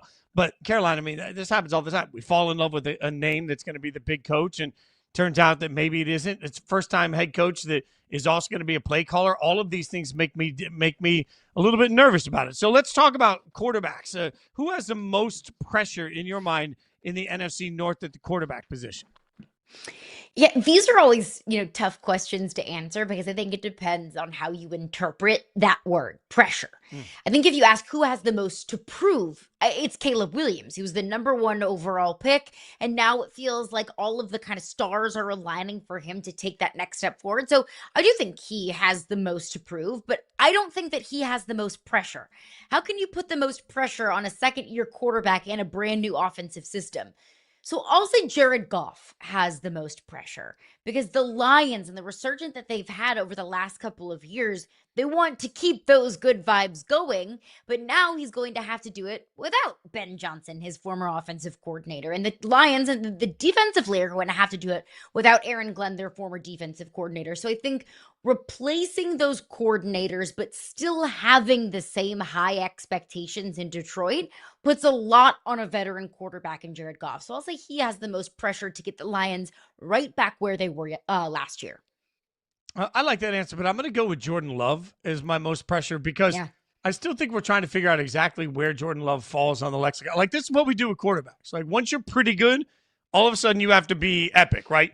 So we're in that spot where Jordan Love is a very good quarterback, and I think he's a high-quality starter in the NFL. But what do? Like, the minute you're a high-quality starter, and now that they bring in Parsons and suddenly we're talking about them in that Super Bowl conversation, now you got to be a little bit of a world beater. And I don't know that we've seen consistently world beater for Jordan Love. I've been accused at times of being tough on Jordan Love. I'm not. I'm just patient in the anointing of quarterbacks to be some level of incredible. So to me, Jordan Love has played enough football to know that he's a pretty good quarterback. But that's the exact space that people freak out about eventually. Like, eventually, it's, are you good enough to win a Super Bowl? And I think because of the tone shift in the conversation around the Packers right now, that's the shift that's happening with Jordan Love. So I think there's a ton of pressure. If he comes out and he has a weird year with the acquisition of Micah Parsons, we're going to be freaking out. Parsons, to me, by the way, newcomer, like the biggest impact newcomer this season has to be Micah Parsons in my mind. Like, if we're talking about newcomers in the division, Parsons was acquired to just wreak havoc on the Lions and to wreak havoc on offenses everywhere to try and make J.J. McCarthy a little bit nervous. I'll give Micah Parsons as my newcomer that needs to make the biggest impact. What do you think on newcomer making an impact? Yeah, and quickly to your point about Jordan Love, if you say, who has more pressure, Jared Goff or Jordan Love, the answer is yes. Like, I think it's those two in the division. But in terms of the biggest impact that a newcomer can make, I mean, Micah Parsons absolutely is in the conversation. And this guy isn't necessarily a newcomer, but he's making his return in 2025. So I'll go Aiden Hutchinson. And I know that's a tall task for a guy returning from injury, the leg injury that he suffered last season. But there is so much to love about Aiden Hutchinson, period. But also the small sample size that we have of Aiden Hutchinson last year, 7.5 sacks in 5 games. And the Lions this year, they play Patrick Mahomes, Joe Burrow, Lamar Jackson, Jalen Hurts. Like, Aiden Hutchinson is going to be pivotal for the Lions to stay competitive in those games against those quarterbacks. And so Aiden Hutchinson is going to have the opportunity on a big stage against those quarterbacks and elite teams to be able to make a massive impact. So I think the Lions are going to have Aiden Hutchinson make a massive impact in his return in 2025. By the way, Aiden joined Inside Coverage last night. If you missed that on yahoosports.tv, you can check it out wherever you get your pods. Inside Coverage always out there. He hung out with Andrew Siciliano. Really good interview. Get some sense of where the Lions are this year. All right. Well, which team then, in your mind, has the coaching advantage in the division, and why is it Minnesota? I mean, I'm kidding, but Caroline, let's be honest. Like, the amount of benefit of the doubt we just heap on J.J. McCarthy coming into this thing because of KOC is pretty substantial. Yeah, it's in KOC we trust. And I don't say that about Matt LaFleur. I don't say that about Ben Johnson. And I do not say that about Dan Campbell. As much as I love a Dan Campbell pregame hype-up speech, and trust me, I do, I don't credit all of Detroit's success over the last couple of years on Dan Campbell. Yes, Dan Campbell is part of it, but it's also the rest of the brain trust that was in that coaching staff over the last couple of years. I do credit, however, Minnesota's success to KOC. And I do think that if J.J. McCarthy ends up being a certifiable starting quarterback in the NFL at the very least, I will credit Kevin O'Connell for that. So yeah, it is Minnesota with the coaching advantage. But even with Kevin O'Connell having the coaching advantage in that division, I'm still not taking the Vikings to win that division. It's the Packers. Right? It's the Packers. Spicy, yeah. I just have trust issues with everyone else. I have trust issues with J.J. McCarthy. I have trust issues with Ben Johnson in year one as a head coach and what Caleb Williams can become and how quickly they can figure things out early in the season. Like, I have trust issues with the Lions losing their coordinators. The Packers just feel like the most trustworthy team in the NFC North. That is why the concept of the NFC North being the best division in football this year is a tough one for me to get behind. I hear it. Frank Schwab has said several times he thinks it has the chance to be one of the best divisions we've ever seen. And I get it. After what we saw last year, my God, I get it. But replacing those coordinators for the Lions, you're not just replacing an offensive coordinator and a defensive coordinator. You're replacing position coaches, but you're also replacing two coordinators that were so wildly regarded that each of them is considered among the best hires out there. It's not that, oh, wow, they poached our coaching staff with the pretty good. You would have to have one of the 2 or 3 best offensive coordinators in the league to match the level of coaching that Ben Johnson is widely regarded as having give that Lions offense. That's a lot for me to ask. J.J. McCarthy needs to walk in and seamlessly become an NFL starting quarterback. I just, you know me, I like a measured response to quarterback. So that's a lot to ask, right? Like Caleb and Ben have to get on the same page, speak the same language almost immediately, and there's got to be no learning curve for a first-time head coach that's also calling plays, which just feels like a lot to ask. Like the only real, I think, proven sure thing that I can rely on in this division is the Packers, which is the reason I'm taking the Packers. But I just don't think as we sit right now, like the talent, certainly, if we were playing Madden, then yeah, you've got 4 teams in this division that could all put up double-digit wins. I just think it's a heck of a lot more likely that the Lions and the Vikings take a small step back while the Packers take a small step forward, and you end up with a bunch of teams around that 10-win range that are all finding their identity by the end of the year. And I would like to state for the record, just because I have trust issues with some of those teams does not mean that I don't think they're going to be successful. It does not mean that I think they're going to miss out on the postseason. It's just today on September 3rd, before we've even seen a football snap in the NFL, I just don't know how much how much I can really put into those teams. Like if the Lions and the Vikings and the Packers, even if the Bears, all 4 of these teams in the division are making, a push for the playoffs, I won't be surprised. Maybe the Bears just a little bit. But if the Lions find themselves in the NFC Championship game, I won't be surprised. I just am skeptical before, the season kicks off that the Lions can get back there. You and I both. We remain skeptical, but I remain hopeful for the Lions. All right. We'll continue to get you updated as the NFL season gets underway tomorrow, but we've got basketball happening right now, including Skinny Luka, and we'll get you some of the best from EuroBasket from Josh Bett now, next on Yahoo Sports Daily.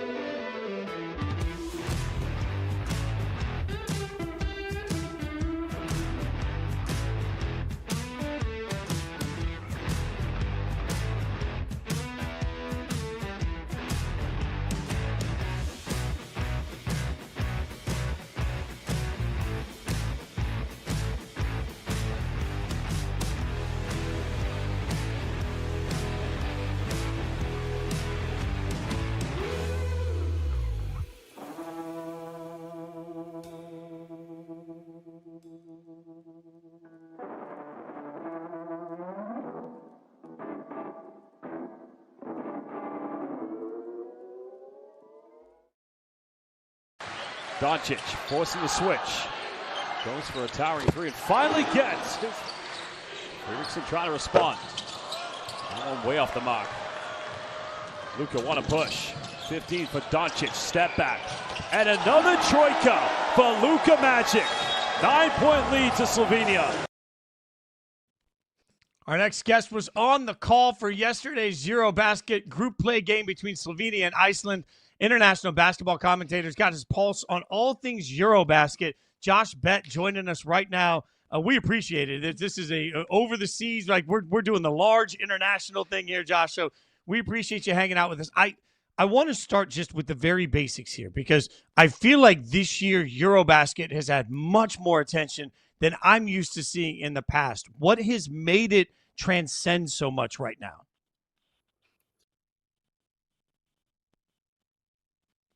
To answer your question, I mean, first of all, the game has become so globalized. So, throughout the 90s when I was growing up, your best players were MJ, then Kobe, then LeBron. But, throughout that time, we've had some great international players.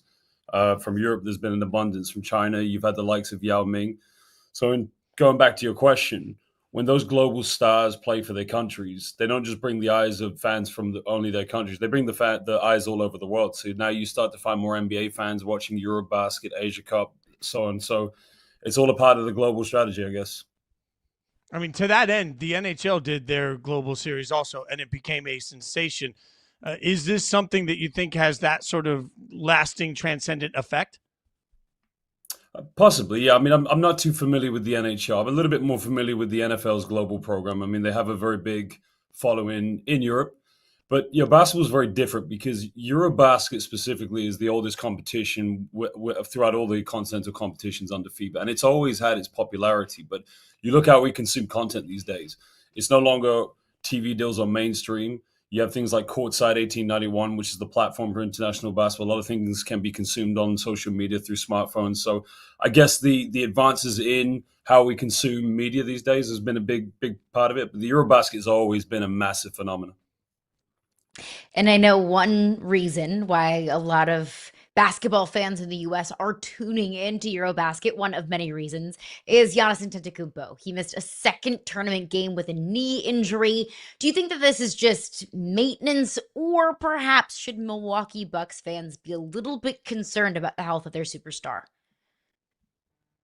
I mean, I'm not too up to date with the current situation. Obviously, you hear about players going down. Obviously, Bogdanovic had a hamstring issue. Until we can speculate all we want at the end of the day, but until like a final report comes out or confirmation of the extent of it, it's a guessing game at the end of the day. But all I know is right now these players are here. They're playing for their countries. They're representing their countries with pride, and they're doing a good job. But everything else is just an assumption, I guess. Yeah, that's kind of all you can do. And I know that many teams, many coaches are intentionally very vague with some of their injury reports. It's not just Giannis, it's also Nikola Jokic. He's known, he is loved here in the U.S., and he just barely fell short of the NBA MVP voting last season. Has he been EuroBasket MVP, or is there somebody else? Oh, well, that's I could probably get into trouble given my thoughts. But look, right now, Luka Doncic leads the EuroBasket in points. He leads it in assists. We also have Jordan Lloyd, who, has a Polish passport and is representing the Polish national team as fourth in scoring.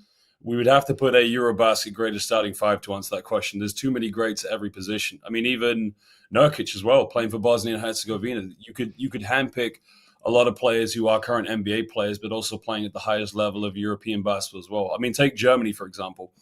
They have great NBA. Well, they have very good NBA players. They have great European players, but they also have one of the best import players that plays in the Japanese B League. That's another league that I work for, doing English commentary for. So, yeah, there's too many greats. You're like a kid in a candy store. How different is the game for NBA players than what they're used to playing here? Well, I think Luka answered this question in his rookie year. Someone asked him how hard is it to score in the NBA. And I think to a lot of people's surprise, he said it was much harder to score in Europe. He came from Real Madrid. That was the club he signed for as a youngster when he was 14. Look, I've grown up first watching the NBA.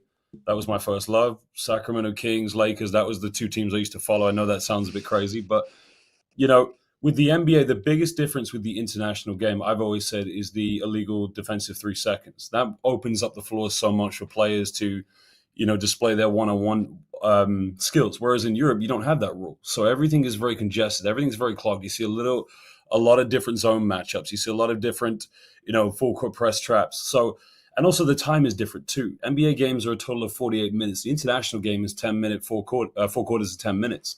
So there's less time, there's less space. So you really have to work collectively. And I think with Europe, it's all about understanding the variations of the ball screens. I'm not sure if many fans are aware of Sergio Scariolo. He was actually a coach in the film Hustle, that one by Adam Sandler. He's a Spanish coach where he's trying out before he goes to the 76ers. He developed something called the stack screen, which we now know as the Spanish pick and roll, which essentially is a regular pick and roll, but then a back screen comes to the screener. Now you see that executed not only in Europe, but all over the world and even in the NBA. So It's very tactical.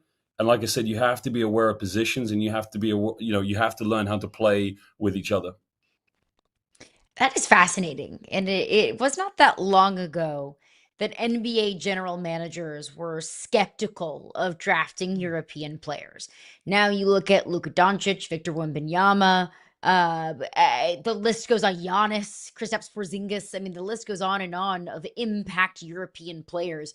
What is it about the style, in your opinion, European basketball that has translated so well to the American game? It's a very interesting question, and a lot of people have very different takes on this. Listen, I played NCAA Division III basketball in the USA. I say played, I actually sat on the bench. But besides the point is that in the USA, you have high schools, junior high, JV, varsity. I went through the American high school system in the UK. And then there's no such concept as club basketball. You have AAU in the summer. So a lot of young players who aspire to be, make it to the NCAA, then those dreams of either going to the draft or abroad, they're going through so many different coaches. Whereas if you are in the same position in Europe or maybe in South America or different parts of the world, you have academies.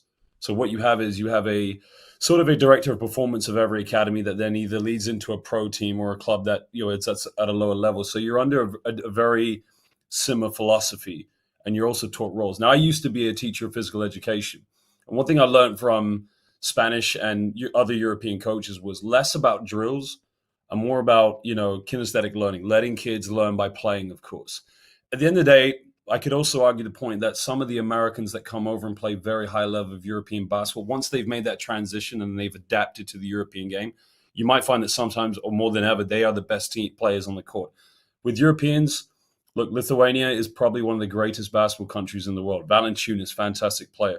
But at the moment, they don't necessarily have that elite backcourt player like a Luka Doncic, like a Bogdanovic. So every generation goes through a time where it's like, well, we've got one great player at this position. We don't necessarily have it at the other position. So it's kind of perspective and what you take on it, I guess.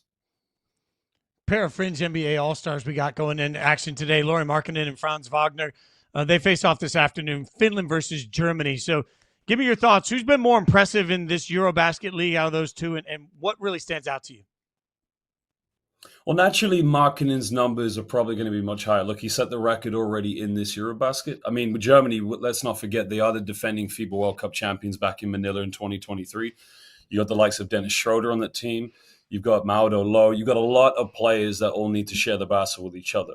With Markkanen, he's still on a very, very good team, but they're not the defending world champions. So a lot is going to be relied on him. He's going to see the ball a lot more. He's going to get more shots. So naturally, his stats are going to be higher. On paper, probably many would say Germany will win this game. They are undefeated. They do actually have player for player, even when you have someone like Dennis Schroeder, who may be, we have Luka Doncic in our group here, one of the very best players in this tournament. On paper, yes, probably Germany, but this is the FIBA EuroBasket. Everything is unpredictable. This might be the first time that a lot of American basketball fans are tuning into EuroBasket. What would be a couple of things, whether it's players or stylistically or just ways to watch the game, that you would tell some American basketball fans what to watch and maybe how to watch EuroBasket? Well, I'd say the speed of the game. If you're accustomed to watching the NBA, like, for example, I was in Mongolia for the FIBA BCL Asia. It's the club competition for all the top leagues in Asia. And Jason Tatum's father, his father, Justin, was coaching one of the Indonesian teams. And we sat down and spoke about this because obviously his son had just unfortunately sustained the injury. I believe it was against the New York Knicks in the playoffs. And we started talking about the NBA game, and what fans would probably like a little bit more with the European game is that the tempo is quicker. That sounds a little bit ironic because you think the players in the NBA, they're the best individual players in the world. There's a reason they all go through a draft or get signed. They're just better athletes. They're stronger. They probably shoot the ball much better. But when you watch the European game, it's the old cliche that the ball moves faster than the player. We did Poland versus France yesterday. Right from the tip-off, you can see one player gets it. I think it was Pluta, passed it to Ponitka, and an alley-oop. The ball didn't touch the floor. Whereas if that play stayed in the hand of one player, you've probably lost 5 to 10 seconds there. So the art of the game is very, very different. I think probably where the NBA, and this is more of a business side of things, when you have superstars like LeBron James, Stephen Curry, they are bigger than life icons, and they draw more eyes to their games who are more than just basketball fans. You draw people that may not know anything about basketball, but they just know those players, and that's why they're there. But if you are a true advocate for the game, you'll love the EuroBasket as much as you probably love the NBA. Josh, as we get to the end of this thing, is there one team you think stands out as sort of the favorite for the rest of the tournament? I was asked this question quite a lot before the tournament. Naturally, Germany was always going to be favorites because they are the FIBA Basketball World Cup champions. They did come fourth place last summer at the Olympics when they played Serbia. Serbia, of course, are another team. This generation has to win. 2014, they came second place at the Basketball World Cup to the USA. 2017, they came second place at the EuroBasket then to Luka Doncic. 2019, they stumbled in the World Cup. But you look at the previous World Cup, they also came second place to Germany. And also, a very close game against LeBron James and company last summer in Paris. This has to be the summer for this generation of Serbian players to achieve something. Because if you look at the history of Serbian basketball, Vlade Divac, Peja Stojakovic, Sasha Djordjevic, some of the greatest players to ever brace the European game, this generation needs to have something to their name. Josh, we appreciate your time and your insight on all this. Congratulations on the success so far, and thanks for hanging out with us. Thank you so much, guys. All the best to you as well. Awesome. Great Thanks, Josh. stuff from Josh as we break down EuroBasket, and it's going to be wild to watch. In the meantime, speaking of wild to watch, we're watching two greats early on in their career. Who's had the better rookie season in the W? We'll break it down next.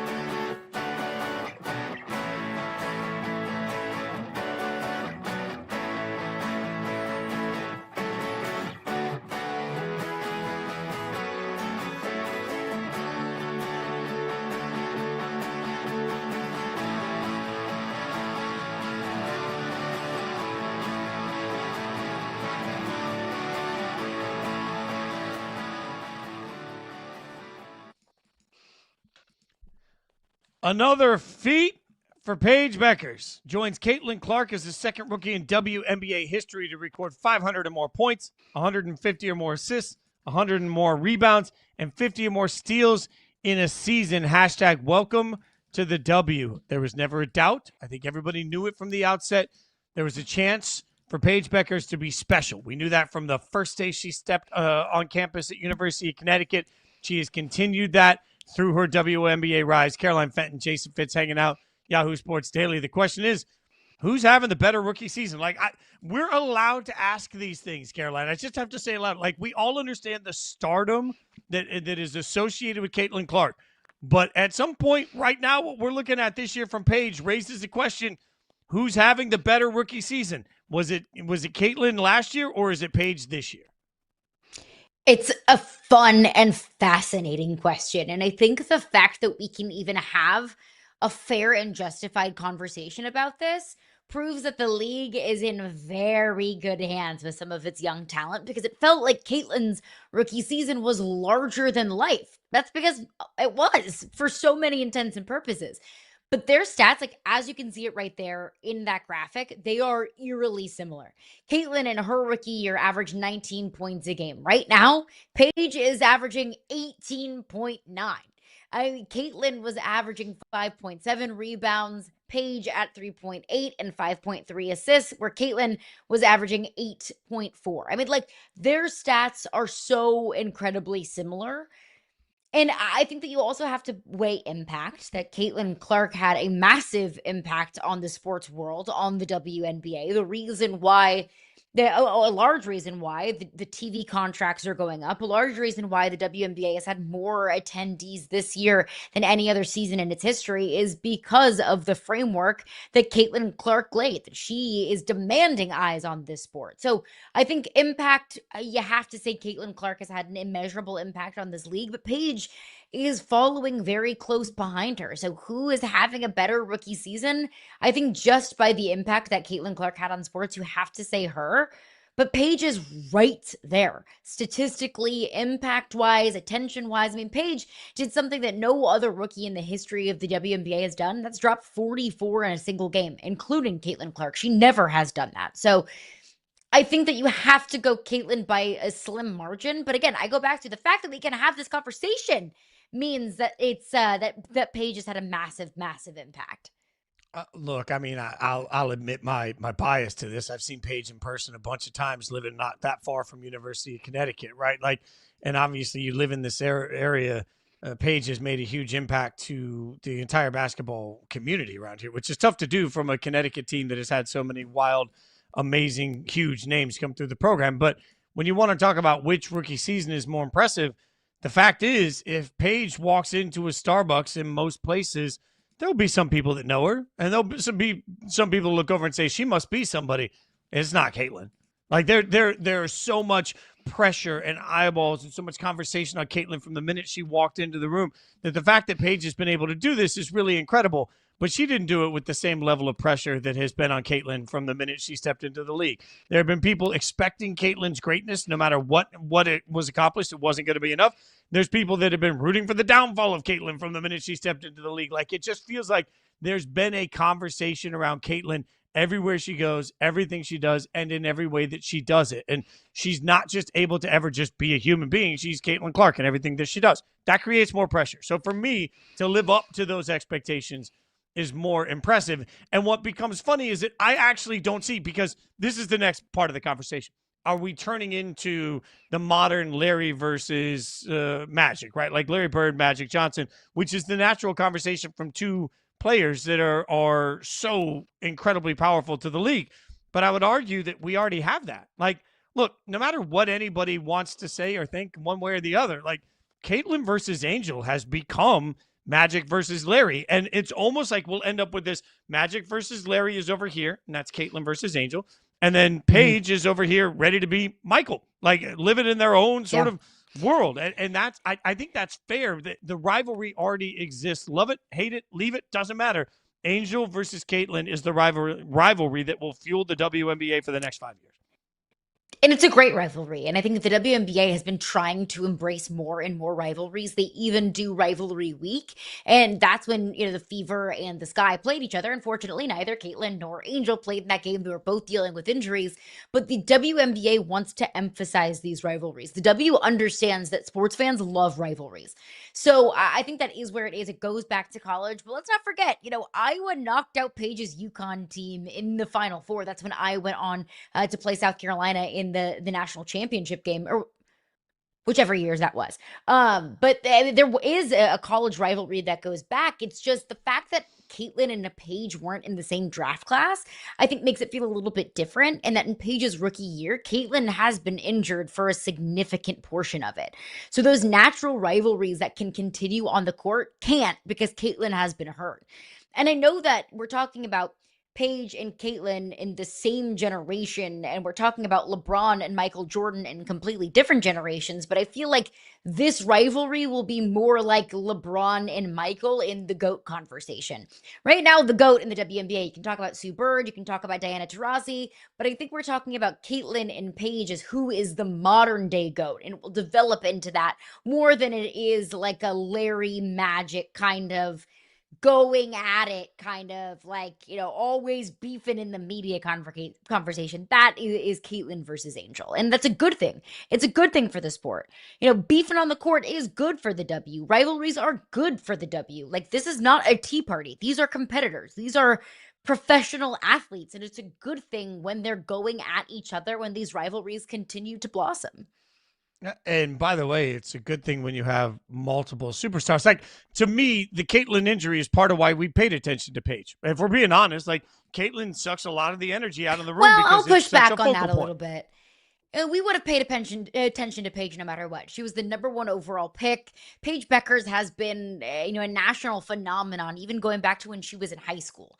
And that kind of dissipated a little bit when she missed some time at UConn. But Paige Bueckers still, she's not Caitlin Clark level celebrity, but we still would have been paying attention to Paige Bueckers no matter what. I mean, my pushback to that is A'ja Wilson. Like, A'ja Wilson has clearly been Nafisa Collier. Like, there are players right now in the W that are every bit as worthy of conversation as Caitlin ever is. But when Caitlin's on the court, we don't really talk about, like, what else does A'ja have to do other than continue to win MVPs and be on one of, if not the best team, year in and year out? And we still don't sit down and talk about A'ja ever the way we talk about Caitlin Clark. Like, I'm with you. I understand that we would have paid some attention to Paige, but honestly, like, ESPN, all of us, like, we know who gets the clicks. Like, at the end of the day, if there's an opportunity to talk about Caitlin, there's an opportunity to talk about Caitlin. Like, if I'm being fully transparent here, would the world be as excited about this conversation if it was who's better, A'ja Wilson or Paige, right? No, we put Caitlin in the conversation because that's what moves. Like, we all pay attention to everything that Caitlin does. So to me, having Caitlin not on the court does create, at least because there is so much more conversation about the sport happening today than there was a year ago or 3 years ago, it creates the opportunity for other superstars to get a little bit more space, a little bit more credit, a little bit more love. And that's enough to take somebody that I think is a great player and make them a great platform. And I would even add that onto, Paige's rookie season that she still is writing is, yes, Caitlin Clark did it with all of the pressure in the world, but Paige is doing it in Caitlin's shadow. That we're doing it right now. We are comparing Paige Bueckers to Caitlin Clark's rookie season. And look, it's fair. It's okay for us to do this. We are allowed to do this.